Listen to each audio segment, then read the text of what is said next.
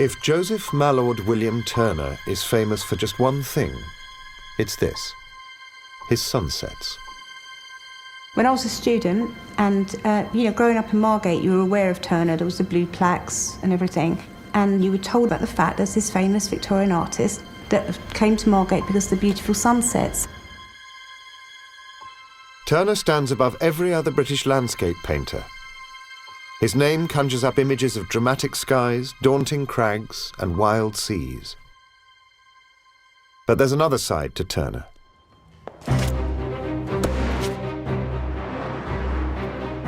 Machines, technology, industry. The opposite of nature.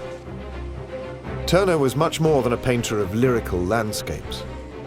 He embraced the wonders of science and progress. In the years between his birth in 1775 and his death in 1851, Britain experienced the most tumultuous upheaval in its history: the Industrial Revolution.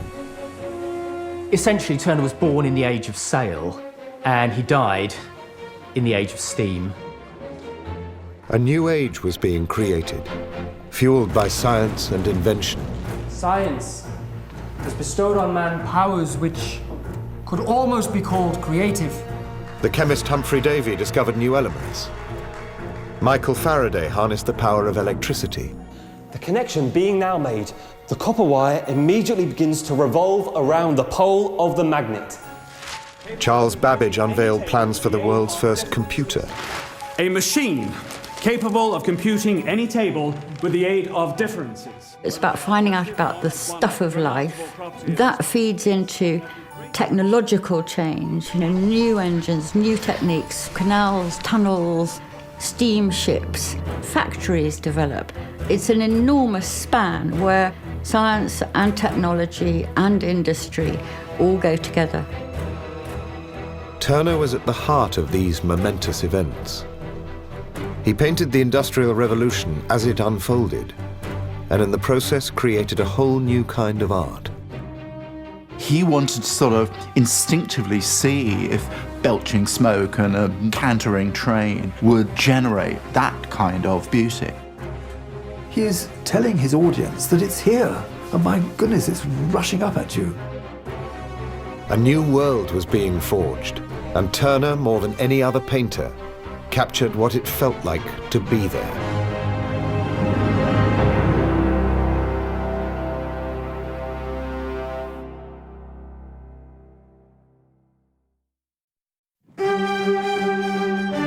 London, 1807. Gas lamps light up Pall Mall for the first time. Britain is in the middle of a scientific revolution. The phenomena of combustion, the solution of different substances in water, the agencies of fire. At the Royal Institution, Humphrey Davy is the star of the show. The production of rain, hail, and snow. Humphrey Davy is extraordinary. He had huge crowds. In fact, Albemarle Street became the first one-way street in London because the traffic was so dense when people went to his lectures. For the first time you see potassium kind of wonderfully flaring through the crust, or sodium bursting into flames on water, barium, calcium, strontium, all new elements. So the people that come along don't just come for the show, they come to go away thinking that they are at the forefront of knowledge.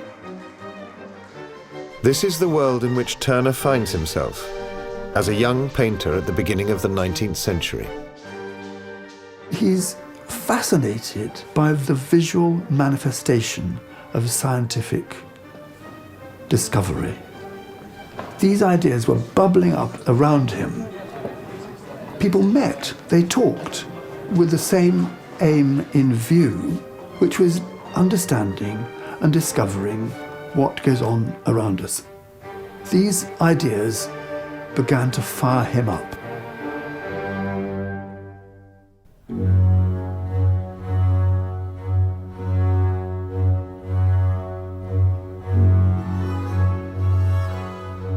The Fighting Temeraire, the nation's favorite painting.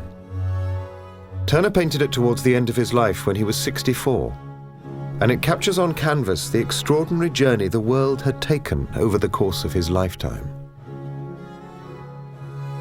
So the painting is of the Temeraire being towed from Sheerness to Rotherhithe. It's on its last ever voyage. It's this great leviathan of the age of sail being towed up the Thames into the heart of London by a steam tug. The moon is rising on one side of the ship, and on the far side of the steamer we have the sun in a big explosion of fiery red. For the Victorian public who first saw this painting, the Temeraire was a ship that had symbolized the best and worst of Nelson's navy. She'd been one of the bravest battleships in the British fleet, with a story that began in 1802, not in glory, but in disgrace.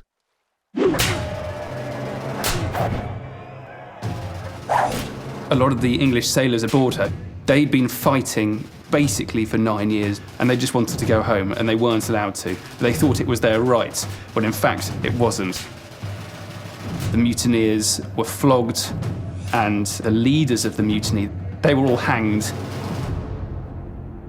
From infamous beginnings, the Temeraire went on to become a national treasure because of this: Trafalgar. The British attacked in 2 columns. The Temeraire sailed just behind Nelson. Nelson, his ship, the Victory, was immediately attacked.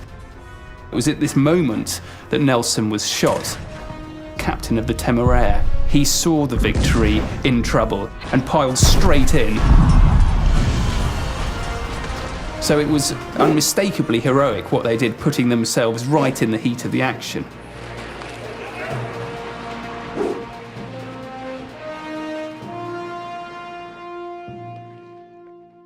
After the peace with France was declared, ships like that came to the end of their useful life until finally the Admiralty decided there was no further use for it and it needed to be broken up. So what you're looking at is a tugboat owned by the shipbreaker Beavan, pulling the Temeraire upriver towards its final destination at Rotherhithe. What Turner's got there is this sort of sense of a ghost, of a veteran ghost, of something grand and epic in British life. So it's coming to its last moment, but it's being pulled there by this tough little iron tugboat.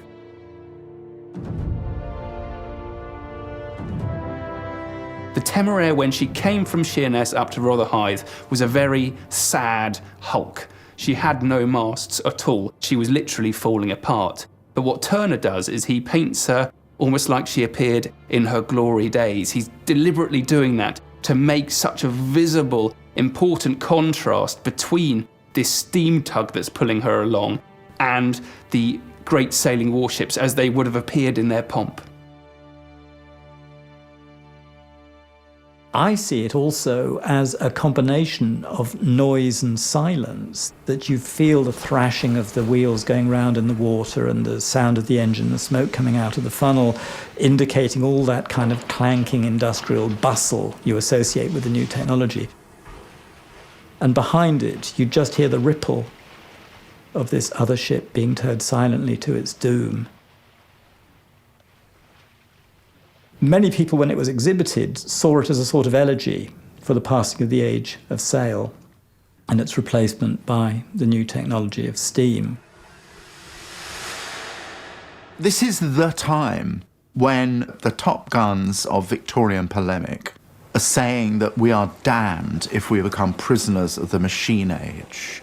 Our Christianity is at peril, our national character is at peril, we can no longer be moral to each other. Turner didn't feel like that at all, and the Victorian public didn't want to feel like that at all. I don't think it is sad. It seems to me to be a familial picture, as if this young, tubby steam tug is the new generation, which is guiding some Miss Havisham-like ghost of the past. He called the painting my old darling. So he knew somehow this was the one that made people happy, because it did actually make them feel good about the fact they weren't just relying and leaning on wonderful memories of faded glory. The faded glory was being pulled on by an equally tough, glorious, solid, black, energised future.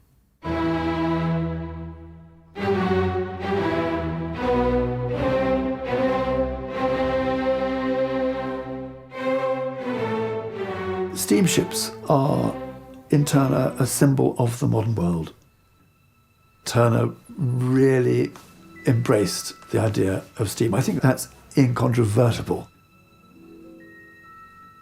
While there are very many wrecked sailing ships in Turner, there are no wrecked steamships. Steamships are everywhere. Turner's sketchbooks are really quite extraordinary. He kept them all his life. He often kept several of them in his pocket at the same time. And this is a steamer just off a harbour. And quite typically, Turner's added a couple of little colour notes for himself, just to remind himself of the effect. So where the smoke is fading away, he marks G for grey. And of course, it's not a composition, it's just a very quick record of something seen, and these sketchbooks are full of little memoranda like that. Turner was absolutely a chronicler of his times. He was interested in everything that was going on around him. And of course, this was what made him such a wonderful portrayer of the Britain of his day. In the 1820s, international steam travel arrived, and Turner was one of the first to record it. In Dover, a steamer chugs merrily out to sea while oarsmen puff and pant in the foreground. Steamboats were soon a regular sight around the coast of Britain. It must have been a great relief to get on a modern steamer instead of the old heaving hoys that used to make everybody horrendously seasick and took hours and hours to get there. It would have been a very exciting thing.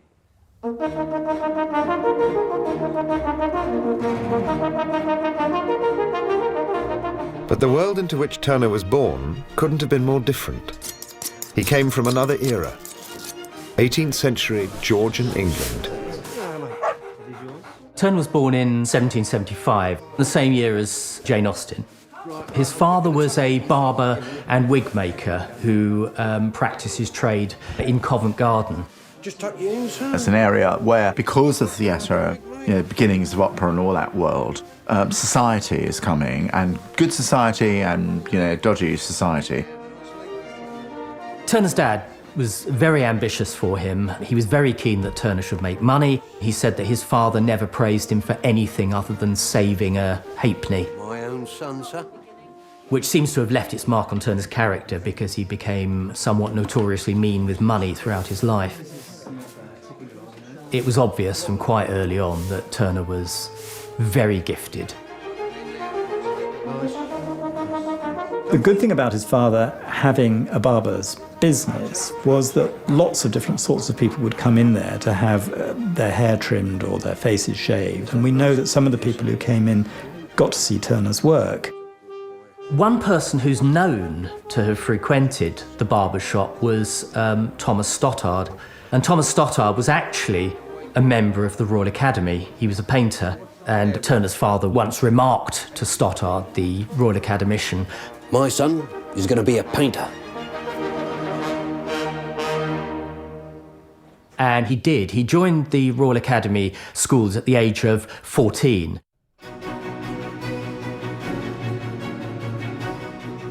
Joshua Reynolds, the first president of the Royal Academy, was in charge. And Turner absolutely revered Reynolds. The great end to all arts is to make an impression on the imagination and the feelings. The imitation of nature frequently does this. Sometimes it fails and something else succeeds. He was a scholarship boy, got into the Royal Academy School. He's sort of upwardly mobile through his wits, and you could, at that time, be such a person. And then he's on his way. The academy in those days wasn't what we think of an art school being now. You weren't taught to paint at all. It was a drawing school. And you were very much on your own in a way. I wish you to be persuaded that success in your art, it depends almost entirely on your own industry. And that industry I principally recommend is not the industry of the hands, but of the mind. He taught himself to paint in oils, and at the age of 21 in 1796 he exhibited his first oil painting at the Royal Academy, and it was called Fisherman at Sea. It was an absolutely virtuoso piece of painting. It was almost as if he'd waited till he completely mastered oil painting and then demonstrated exactly what he could do. You know, I mean, if one thinks of an artist like Constable, he had to battle for years to get taken seriously and was really an incredibly slow burner compared to Turner, who came roaring onto the scene and then continued to occupy the centre ground for the rest of his life. I think by the time he painted the self-portrait, he probably felt he really had arrived. And it's a very flattering self-portrait. I mean, Turner didn't like his own appearance. He was quite short, quite rough in his manners, strong Cockney accent, which he never got rid of, never wanted to get rid of it. He was very pushy, very self-assertive, very ambitious. But he had the talent to go with it. I would chiefly recommend an implicit obedience to the rules of art as established by the great masters. Reynolds appointed Turner towards certain painters who he regarded were models of great painting. That the practice of the Frenchman Claude Lorraine is to be adopted. He would recommend the 17th century French painters, Claude in particular. Claude was regarded as the absolute master of light in landscape. Claude painted classical scenes of gods and nymphs frolicking in nature. Ironically, it would be Claude, a painter of a mythical past, who would inspire Turner to paint the industrial Britain of the 19th century. Turner certainly loved Claude's paintings. And there's a famous story of him as a young man going to a collector's house and seeing paintings by Claude and bursting into tears. He said, "I shall never paint like that." But of course, as time went by, he did paint like that. He started to think about how he could apply the lessons of Claude's art to something appropriate to his own age.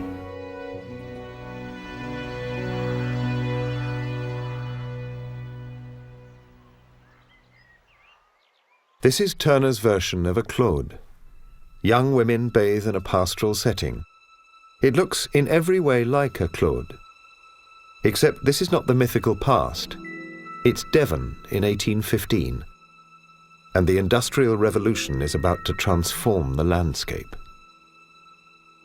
If you look very, very carefully, you'll see an enormous water wheel. And this is the wheel for Gunnis Lake Old Mine, which was the biggest copper mine in the world at the time.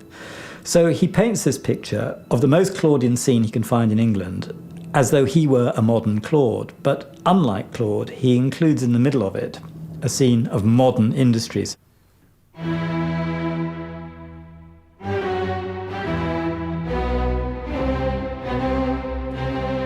10 years later, and Turner's hint of an industrial Britain becomes an onslaught.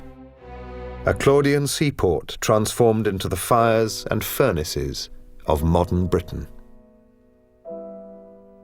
It's the most resolutely industrial scene of coal being loaded on board a ship to be taken from Northumbrian coalfields to the rest of Britain. This is a moonlight scene, but this is modern industry on the Tyne. Industry never stops. It's a 24-hour productive effort, and this is about industrial might. These are the reasons that the England that Turner lives in has become that very place. It's because industry is a transforming factor in the world, and his picture is a response to that. I think Turner was very excited by this kind of progress, and also its potential for him as an artist to make pictures. Keelmen is a modern British equivalent of a classical Claude seaport. It's a tradition brought up to date. Claude's seaport paintings were very distinctive because you were invariably looking into the source of light, which was the sun, and you had parallel lines going off towards a vanishing point, and that was the way they were structured. And the structure that he uses for this very, very modern subject is essentially a Claudian structure. If you wanted to renovate the Claudian tradition, you're saying effectively that Claude understood something about landscape. This is how to compose, how to deal with light. But the Britain of the middle of the 19th century is no longer peopled with nymphs and gods. It's peopled with industry and the people who work in it. But this momentous scene could never have existed without one pursuit that had dominated the age: science.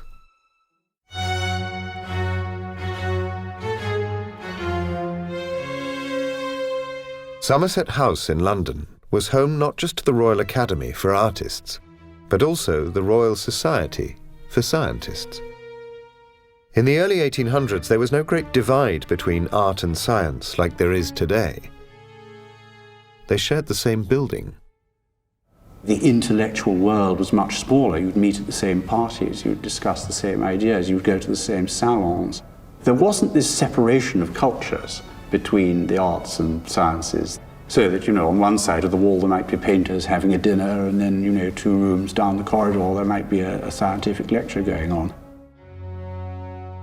We have reason to look upon the sun as a most magnificent opaque globe, possessed of an atmosphere in which luminous clouds, ever varying In April 1801, just as Turner was hanging his next big seascape, on the other side of the wall at the Royal Society, legendary astronomer William Herschel was giving a lecture on the sun.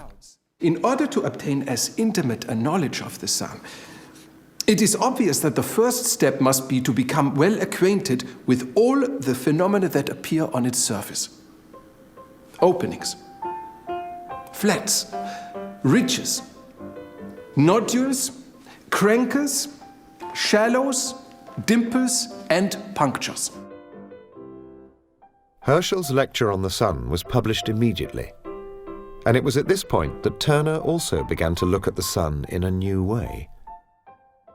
Even here in this most Claudian of landscapes is evidence of the latest scientific thinking.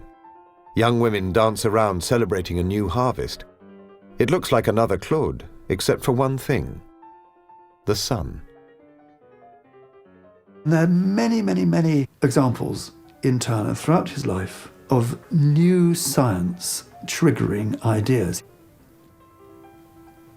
In a sense, Herschel allows the way Turner paints the sun in the Macon. Without Herschel's observations, Turner might not have really thought about it. That was the trigger. If you look closely at the picture, it does seem to have incorporated ideas that were announced. The way the paint is actually applied, with a sort of ridge in it, seems to be taking Herschel's discovery and manifesting it in paint. Whereas Turner's great hero, Claude, would paint the sun as a yellow disk hanging in the sky, Turner paints slashes of little sharp lines.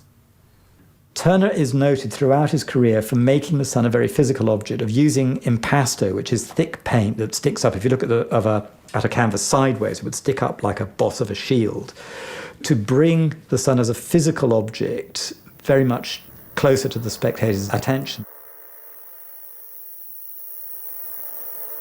For the first time in painting, I think we can say, He sees the sun as a real object, but something that you simply cannot look at without damaging your eyes.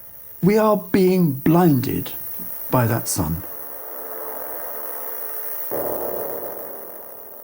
When I was a boy, I used to lie for hours on my back watching the skies and then go home and paint them. And there was a stall in Soho Bazaar where they sold drawing materials, and they used to buy my skies. They gave me 1 shilling 6pence for the small ones and 3 shillings 6pence for the larger ones. There's many a young lady who's got my sky for her drawing.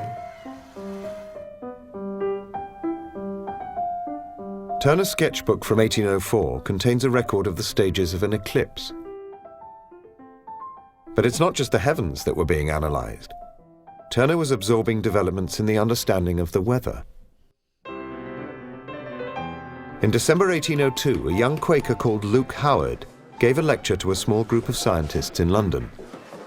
It would become a landmark moment in the creation of modern meteorology.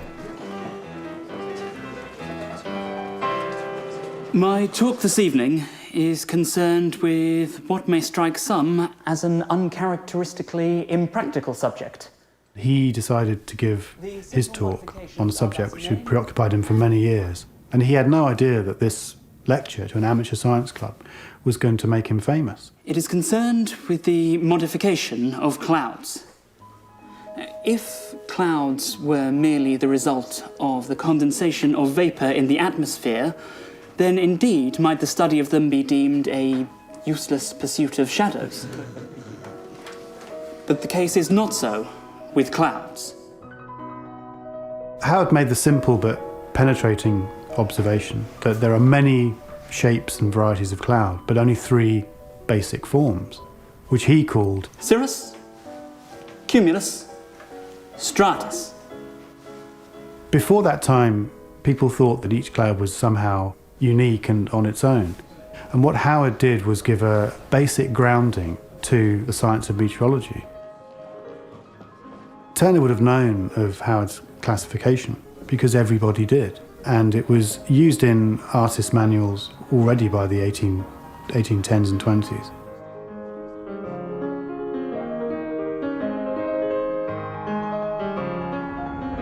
Hereafter I shall estimate the force of the wind according to the following scale. 0, calm. 1, faint breeze or just not a calm. 2, light air.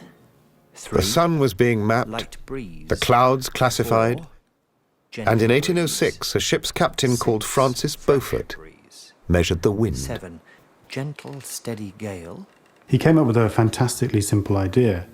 Instead of simply having a list of wind strengths from 1 light breeze to 12 hurricane, why not measure the effects that those winds have on the sails of a ship? That was a brilliant insight. It used a visual sign for creating a new way of understanding weather. And Beaufort's scale, it's been amended a little bit, but essentially it's still with us. Southwest 5 to 7, becoming cyclonic gale 8 or severe gale 9, occasionally storm 10 in Portland and Plymouth. Well, you can't look at a painting by Turner and say, well, that was a showery day in 1831. But what you can look at Turner's paintings and see is a fascination with the weather, which is what everybody was feeling at that time.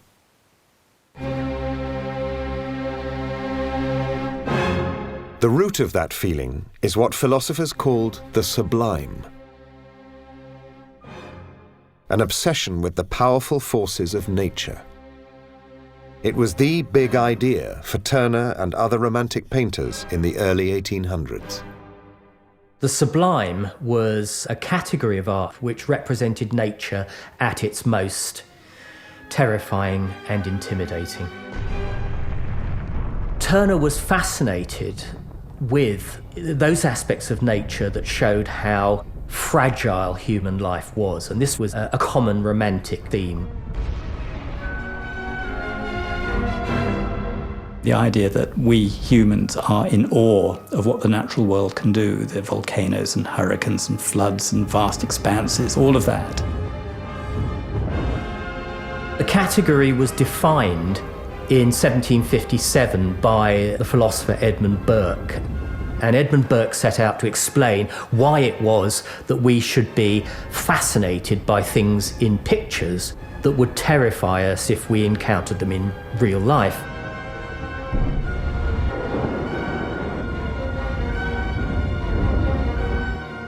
It's about being excited by high mountains, by a sense of scale and mystery in the world around us, and being taken to a point where you are almost on the brink, perhaps, of being destroyed, certainly on the edge of being terrified. The sublime, the terrible, is also beautiful. But Turner, unlike any other painter, would take the idea of the sublime and recast it for the industrial age. This is his Bell Rock lighthouse. The sea is wild and dangerous. It's everything a picture of the sublime should be, except for one thing: the lighthouse. Man is not submitting to the power of nature. He's challenging it with technology. The lighthouse was built between 1807 and 1811 by the Scottish engineer Robert Stevenson, who commissioned Turner to paint it. Well, this is Robert Stevenson's classic account of building the Bell Rock Lighthouse. Well, this is a very special one with its water stains and all, because this is Robert Stevenson's own copy, and the chief item in the book is the frontispiece, and for this he approached JMW Turner. And the Bell Rock's this great big lump that you can see here. That is the rock. 11 miles from Arbroath and about the same distance from St Andrews. In 1799, something like 70 ships were wrecked in the vicinity of the Bell Rock Lighthouse. Most of the boats at that time, they were wooden ships, and you can imagine the effect of that striking a rock. Stevenson wanted to build a lighthouse in an almost impossible situation. It was only at low tide you could actually get onto the rock. So the rock would totally disappear at high water. What made Stevenson's lighthouse special was not just its location, but also its revolutionary shape. A curved base calculated precisely to withstand the forces of the sea. It's almost unbelievable that it was successful, and everything about this job was innovative.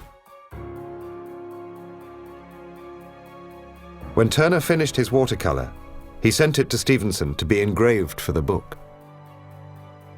If you look closely at the watercolour, the waves that are breaking on the lighthouse come up and almost grip it like a hand.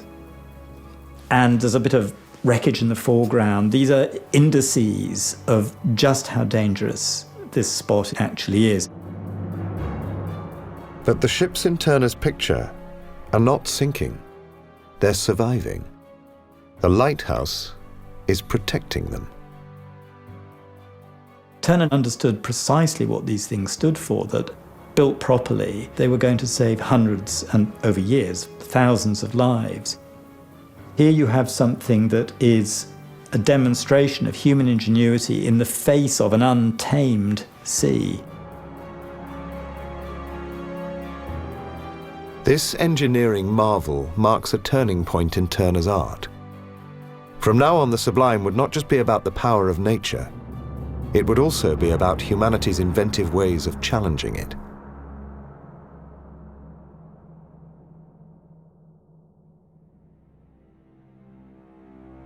This painting by Turner looks at first glance like a classic shipwreck.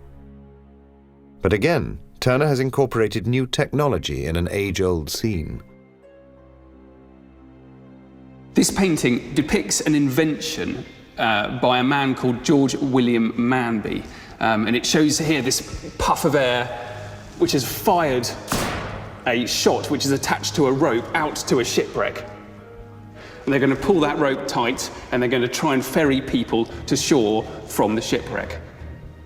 It was painted in 1831, the year that Manby was elected as a Fellow of the Royal Society. And Turner always had his eyes on the newspapers. Manby was front page news, and that, I think, is why Turner's painted it. Turner met him through a patron, a Yarmouth patron called Dawson Turner, who's no relation, but, Turner obviously admired this man, admired his work. It's one of those paintings in which human ingenuity triumphs over the power of the sea. Manby was a barrack master at Yarmouth, and Yarmouth was renowned for being a very, very dangerous coast. And in 1807, we know that Manby witnessed the ship, the Snipe, going aground on this sandbar. And he was horrified by it. He could hear the cries of the shipwrecked sailors. And the next day, he came down to the beach and there were 144 corpses that had been washed up. No one could do anything to save those people, and Manby decided he was the man to solve this problem. A rope, so as to communicate in such circumstances with a ship. And a portable mortar, the better to ensure a prompt and effectual communication at a period when each successive instant was big with the fate of an entire ship's company. And this is all brilliant kind of stuff that Turner loved. Everyone was talking about Manby and his rather crazy invention.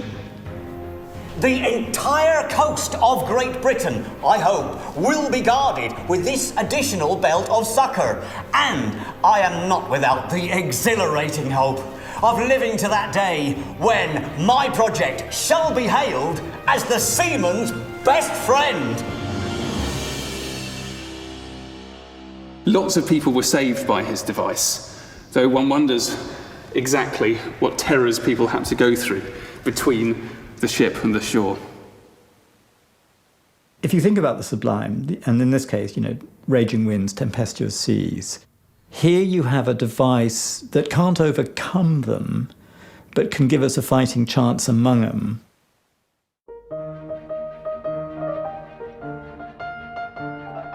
Turner's embrace of new technology was not just there in the subject of his paintings, it was in the very paint itself. He discussed pigment recipes with the scientist Michael Faraday. New fiery reds and chrome yellows, the colours of industry. He was also interested in the geometric rules of art. Since 1811, he'd been giving a series of lectures at the Royal Academy on perspective. He gave the audience a great deal of pleasure by providing beautiful diagrams showing perspective in action. It has often been advanced that the study of perspective is a drudgery and a toil, while the observation of nature is pleasant all, and which must be admitted, but we are not always so happily placed as to be able to consult her unerring laws or study. The problem for Turner was that despite his pugnacious self-confidence, when it came to performing in public, he was a disaster. To these rules, perspective lies an undivided claim. The trouble was he wasn't a very good speaker. The lectures really exposed his Cockney accent. It often happens that they prevent the completion of greater concerns, and therefore I must waive saying I'm ready and that And this was thought to be not quite the thing. It was thought to reflect a bit badly on the Academy. Impetuosity of genius travels on without a guide. It too often finds itself in doubt about the... There is an embarrassment in his manner approaching almost unintelligibility, and a vulgarity of pronunciation astonishing in an artist of his rank and respectability. Next illustration, please. Mathematics he perpetually called mythematics, and so on. Certainly he wouldn't have taken it very kindly if his friends had given him any advice. So really he just blundered on. Sir Joshua left to future art a volume rich and... His audience began to drift away, but one person who remained there was Turner's father. But it is the lot of all to follow, and mine is a humble one. Turner's father was his closest ally. He was his guide and his companion. His mother, though, was a different story. She was a family secret. There's some evidence from relatively early in Turner's life that his mother was accused of having, quote, an ungovernable temper. His mum is going crazy. She's really loose cannon at many times, so we're led to believe. And Turner has to incarcerate her. He has to effectively section her. Turner's mother was committed to Bedlam Hospital. Whether she was clinically insane, we simply don't know. What we do know, however, and this is, I think, a stain on Turner's reputation, and his father's for that matter, is that they could have elected a more humane private treatment for her, and they didn't.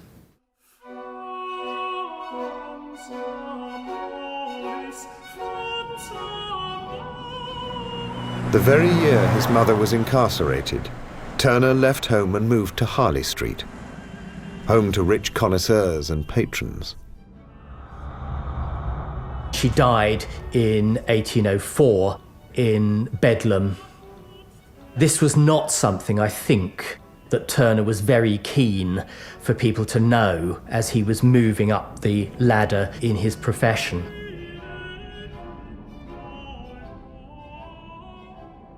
There's one very small and poignant profile drawing of a woman in a mob cap in an early sketchbook. She's off guard, she's musing, she's looking down. I think that might well be her. You know, with the mother gone, Dad comes to live with Turner. You know, he mixes his paints for him. So it is the kind of, you know, me and me old dad kind of Cockney thing. Turner never married, and so his father, as time went on, gave up the shop and became the person who looked after Turner. As a personality, Turner was quite complex, very complex. His relationship with women was not at all conventional.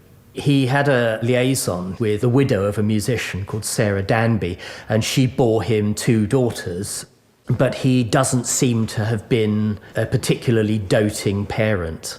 They were maintained at a separate residence. As far as his character was concerned, it really depended who you talked to. When the French romantic painter Delacroix met Turner in 1832, he described him as uncouth, like an English farmer, he said, with a hard, cold demeanour. Constable, who admired Turner's art, didn't like him either. But Turner was never going to fit in with his fellow romantics, either as a person or as an artist. This is his picture of a factory in the West Midlands. For the romantics, factories were the dark side of progress, but for Turner, they were a source of inspiration.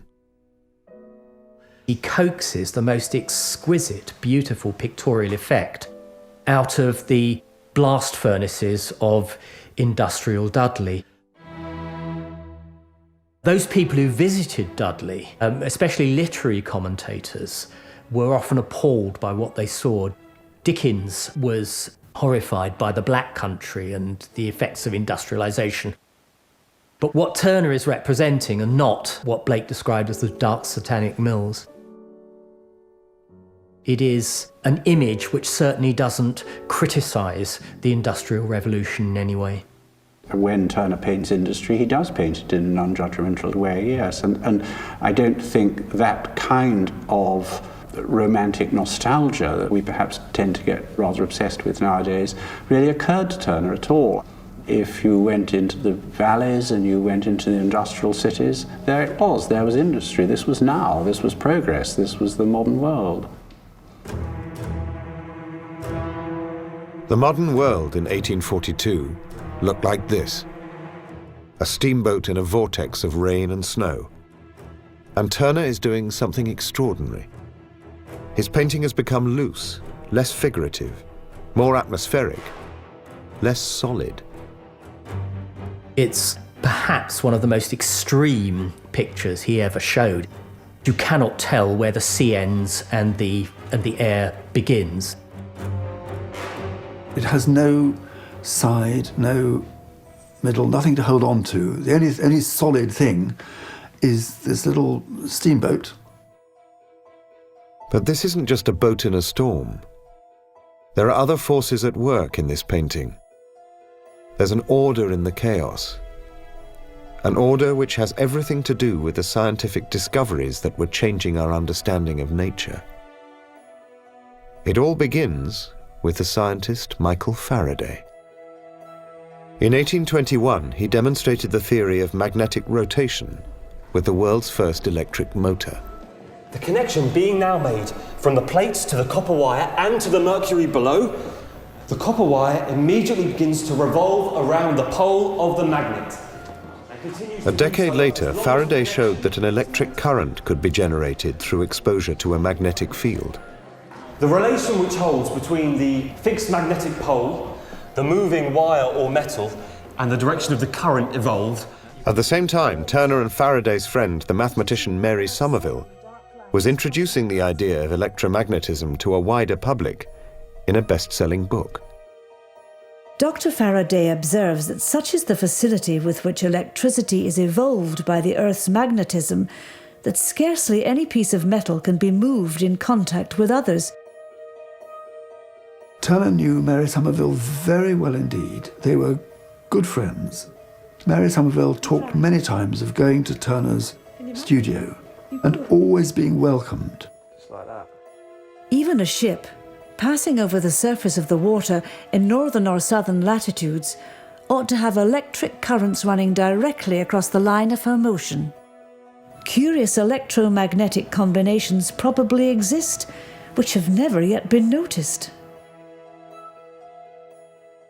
What is Turner doing in Snowstorm? Is he describing just the kind of things Somerville and Faraday were talking about? Is this the visual manifestation of the invisible magnetic forces in nature? The key point for Snowstorm, in my view, is the visual parallel that it creates between the sea as a vast, uncontrollable force and the invisible powers of the Earth's magnetism. Underneath the chaos, there's a real regularity. The waves have a sort of a hairy quality that gets very near the effect of putting iron filings in a magnetic field with a bar magnet, how they gather around the bar magnet. I think there's a direct connection. Magnetism was in the air. Michael Faraday was working on it. Turner and Faraday had conversations.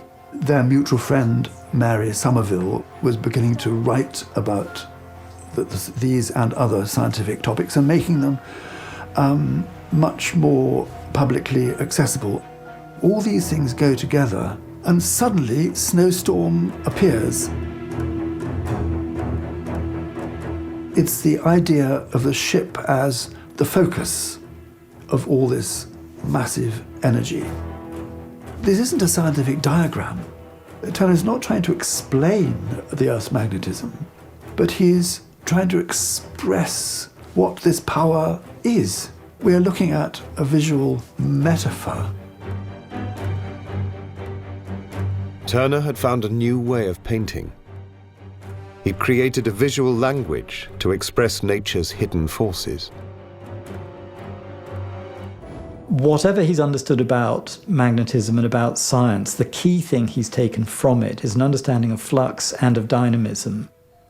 And if you stand in front of the snowstorm and look at that tilted horizon and look at that vortex, you realize that you yourself have been caught up in that same rhythm.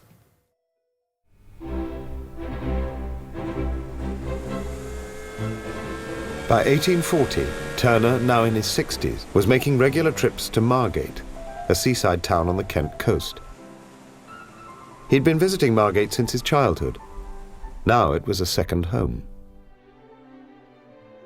The thing about Margate is Margate is very gritty, and it has really strange light and amazing sunsets, and it's got a lot of fecundity in the atmosphere. There's something sexy about it, and I think artists and people pick up on that. In Margate, Turner settled in with a new mistress, Mrs. Booth. This may be a picture of her. It's part of a stash of erotic drawings by Turner, found after his death. Of course, when he became close to Mrs. Booth, his landlady in Margate, he used to call himself Admiral Booth and pretend to be a retired naval man. There are stories late in life when he was getting more and more reclusive. If he took a cab, he would get it to drop him off several streets away so that people wouldn't discover his real identity. Turner loved to cultivate this air of mystery. Few people were allowed to see him at work. But one artist who did was Edward Rippingill, who witnessed Turner putting the final touches to one of his paintings. In one part of the mysterious proceedings, Turner, who worked almost entirely with his palette knife, was observed to be rolling and spreading a lump of half-transparent stuff over his picture. What is that he's plastering his picture with? Presently, the work was finished. Turner gathered his tools together and then, with his face still to the wall, went sliding off. All it was for these witnesses was a master magician doing something that they couldn't comprehend. Okay, you want to see how it's done? Here's how it's done.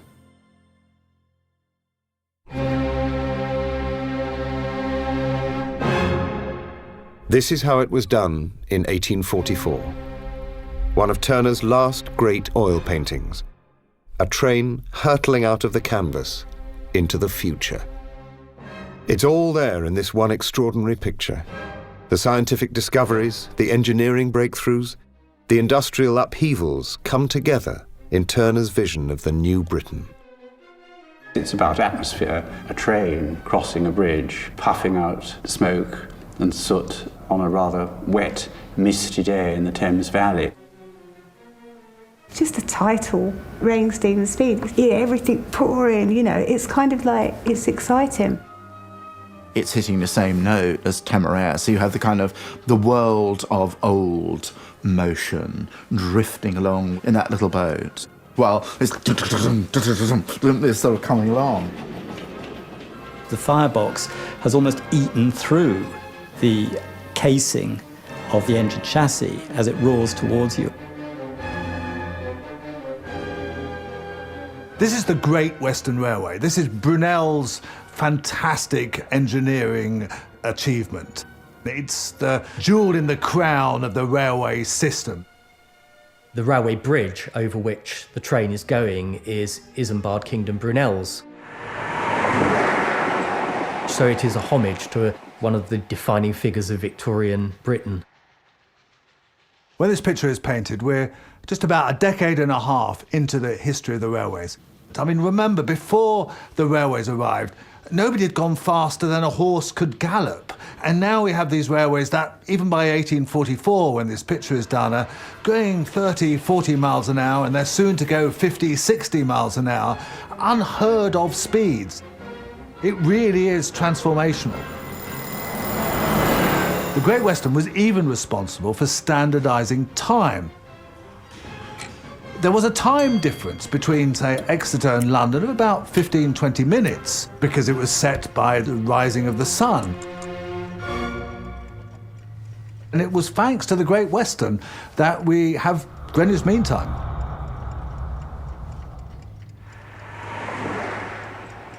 And if you look very closely, there is a hare that's running for its life in front of the train.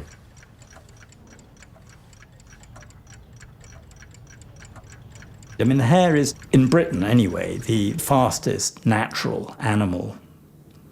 So you've got this contrast between the modern industrial speedy machine and the natural speedy animal. The train in Rain, Steam and Speed is not just a train rushing at us, but it's also a reminder of the modern world and how the modern world is changing the landscape, changing society, changing individual lives. The coming of the railway is the destruction of many, many homes of ordinary people, especially building the stations in London and in all the cities, driving through old England. The people that most resented it are by now the sort of ageing romantics like Wordsworth and Ruskin, who feared that these hordes would invade their beauteous landscapes. But Turner's painting is a great cheer for Brunel, I think. When the novelist and art critic William Thackeray first saw Rain, Steam and Speed, he knew he was looking at something completely new in painting. The rain in the astounding picture is composed of dabs of dirty putty slapped onto the canvas with a trowel. The sunshine scintillates out of very thick, smeary lumps of chrome yellow. The world has never seen anything like this picture. He's using paint to make us feel what it was like to be there. I mean, Thackeray commented on the fact that when you got up close to the picture, you really couldn't get away from the thickness of the paint. We shouldn't say that only Impressionism and the modern movement had these revelations. I think what makes Turner extraordinary is that he came upon these understandings in the 19th century. Look at the rest of Victorian painting around this time, including mates of his like Wilkie, who he loved. I mean, it's pathetically rudimentary and laborious and literal. The notion that you, as a fellow, of the Royal Academy, would make this kind of maelstrom of paint and deliver it as art. You tell me, who else is doing that? No, the answer is no one. It isn't simply nice little curlicues of smoke coming out of a funnel. It's somebody who understands how steam power has harnessed heat and turned it into motion.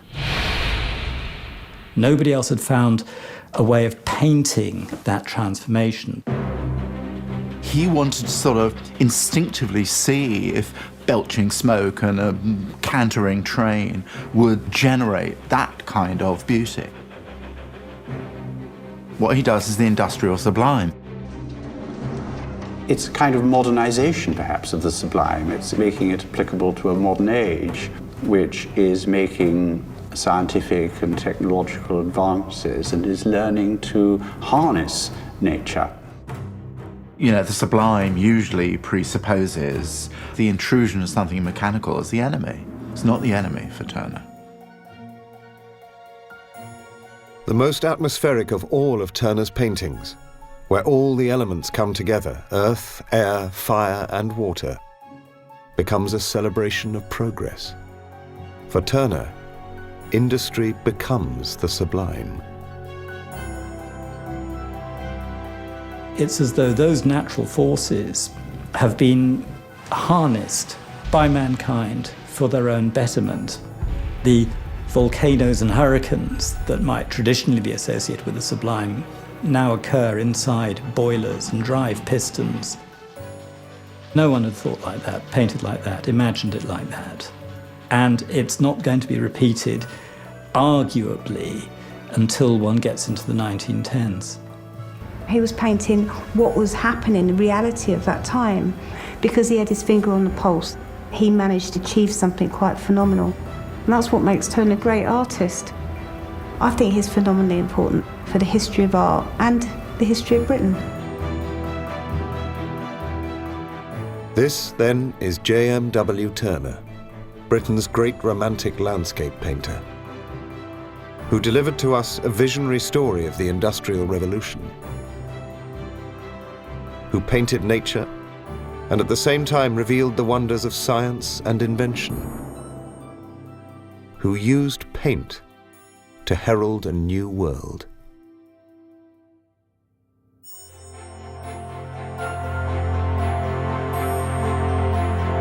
An iPlayer exclusive for you with a private view of Turner from Benjamin Zephaniah, available now. We're gearing up for Saturday night's Swedish crime drama on BBC4 Beck here at 9, after The Ships That Made the Commonwealth, coming up next.